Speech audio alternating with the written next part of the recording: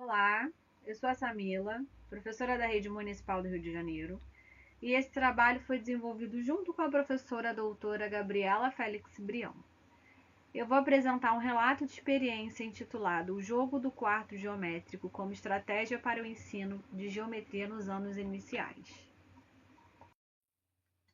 O ensino de geometria nos anos iniciais muitas vezes acaba ficando direcionado à nomeação e reconhecimento das formas geométricas, por meio de atividades descontextualizadas.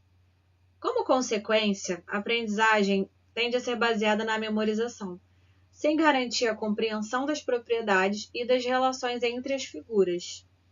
Então, o que aparece como necessidade é propor situações em que os estudantes possam agir sobre esses objetos, analisando, comparando e construindo esse conhecimento.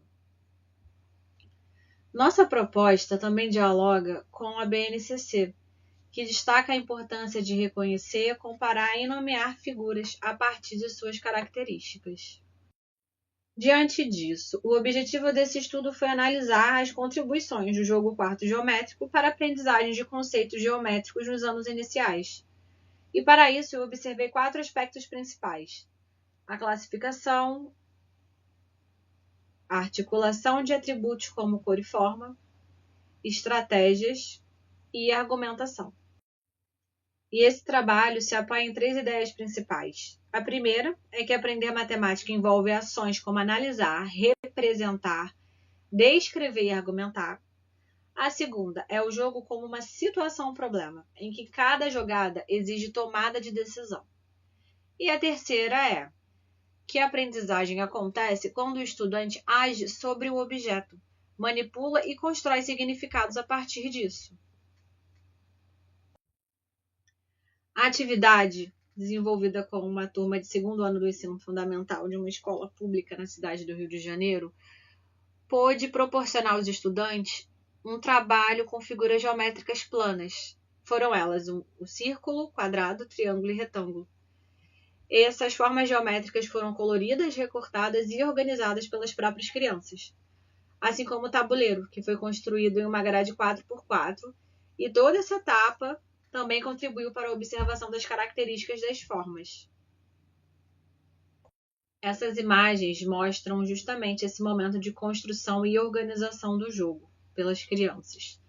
Isso foi importante porque os estudantes não só jogaram, mas participaram ativamente de todo o processo, o que favoreceu o envolvimento, mobilizou um olhar mais atento para as características das figuras.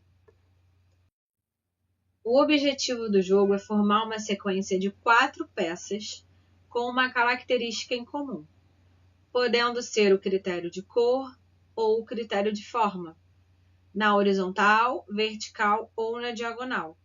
E durante o jogo, os estudantes precisam observar os atributos, comparar e antecipar jogadas dos seus adversários.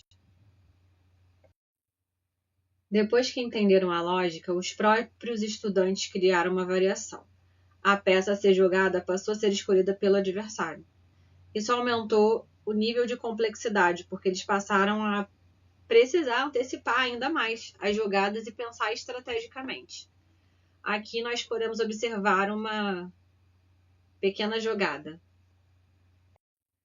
Durante o processo de realização da atividade, uma dificuldade foi observada.